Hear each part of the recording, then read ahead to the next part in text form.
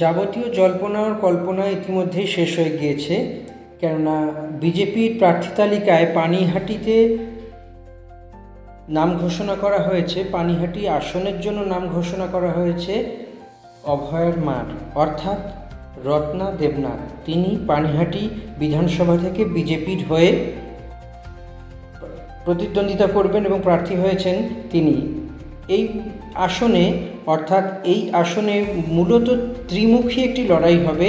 CPIM তথা বামফ্রন্ট মনোনীত প্রার্থী কলতান দাশগুপ্ত এবং পানিহাটি বিধানসভার যে তৃণমূল কংগ্রেস প্রার্থী তার মধ্যে। তিনি নির্মল ঘোষের ছেলে, মানে বর্তমান যিনি বিধায়ক তারই পুত্র এবার দাঁড়িয়েছেন। ফলে ত্রিমুখী লড়াই শুরু হয়ে গিয়েছে এবং অভয়ার মা যেহেতু ভোটে দাঁড়াতে শুরু করেছেন বা ভোটে দাঁড়ানোটা কনফার্ম হয়ে গেছেন, তাই তিনি প্রচারেও বেরিয়েছেন। তিনি গত 1-1.5 বছর আগে যেই ঘটনা ঘটেছিল রাজ্যতে, সেই ঘটনা অন্তত জাতীয় থেকে আন্তর্জাতিক ক্ষেত্রে ভীষণ বড় একটা প্রভাব বিস্তার করেছে। এর ফলেই নানা রকমের আন্দোলন, মিটিং মিছিল এবং প্রতিবাদ, বিক্ষোভ, বিদ্রোহ, এমনকি সেই সমস্ত কিছুর আঁচ ছড়িয়ে পৌঁছে গিয়েছিল একেবারে সুপ্রিম কোর্টে। তদন্তে নেমেছিল কেন্দ্রীয় সংস্থা অর্থাৎ সিবিআই, কিন্তু সেই তদন্ত প্রক্রিয়া এখনও কুলকিনারায় পৌঁছনি। অর্থাৎ সেই তদন্ত প্রক্রিয়ার ফলে কি সিদ্ধান্তে আসা গেল বা তদন্ত প্রক্রিয়াটি কী হলো সেটি নিয়ে এখনও জানা নেই। এই অভয়ার এই ঘটনাটির পরে স্বাভাবিকভাবেই রাজ্যের শাসক দলের বিরুদ্ধে বিরোধী দলগুলি যতগুলি আছে সেই বিরোধী দলগুলি নানা রকমভাবে আক্রমণাত্মক হয়ে ওঠে এবং আক্রমণের অস্ত্রের শান দিতে থাকে। সব মিলিয়ে বলা যেতে পারে যে অত্যন্ত বড়সড় একটি ঘটনা জীবনকে প্রতিষ্ঠিত করতে থাকে এবং জীবনকে নতুন করে তৈরি করতে শুরু করে। সব মিলিয়ে বলা যেতে পারে যে এক অনেক রকমের অভিজ্ঞতার মধ্যে অন্যতম। এবং পানিহাটি বিধানসভায় যখন প্রার্থী হিসেবে অভয়ার মার নাম ঘোষণা করা হয়েছে, তার প্রথম প্রতিক্রিয়া ছিল যে এই যে আসনটি অর্থাৎ পানিহাটি আসনটি থেকে যদি জয়লাভ করে অভয়ার মা, তাহলে শুধু বাংলা না গোটা দেশ বিচার পাবে, শুধু পানিহাটি না গোটা দেশ বিচার পাবে।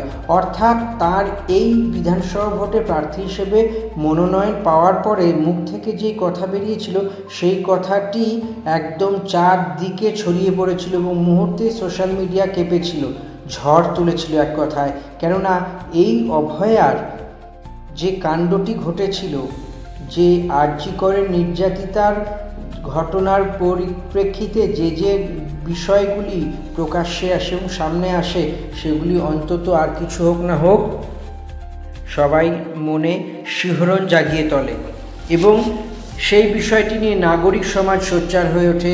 বহু জায়গায় জমায়েত হয়, প্রতিবাদ হয়, বিক্ষোভ হয়, বিদ্রোহ হয়, এমনকি বেশ কিছু জুনিয়র ডাক্তারেরা তারা প্রতিরোধে জয়েন করেন, কর্মবিরতি হয় এবং নানা রকমের কিছুটা যাত্রী হ্যারাসমেন্ট বা কিছু রোগী হ্যারাসমেন্ট তো হয়েছিল। কিন্তু সব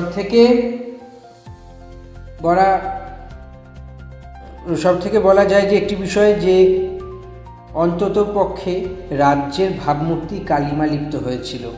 রাজ্য সরকারের পক্ষ থেকে বিবৃতি দেওয়া হয়েছিল যে এই অন্যায় বা এই অপরাধ কোনোভাবেই মেনে নেব না, এই অন্যায় করা উচিত না, এই অন্যায় যারা করে তাদেরকে মূলত কোনো রকমভাবে মার্সি করা উচিত না। সব মিলিয়ে বলা যেতে পারে অত্যন্ত গুরুতর অভিযোগ উঠেছিল। অত্যন্ত গুরুতর অভিযোগের মধ্যে দিয়ে সমস্ত কিছু এক একটি করে পরিবেশ তৈরি করে এবং সেই পরিবেশের মাঝে নতুন করে নানা রকমের সমস্যা তৈরি হয় এবং সেই সমস্যার সমাধানও হয়।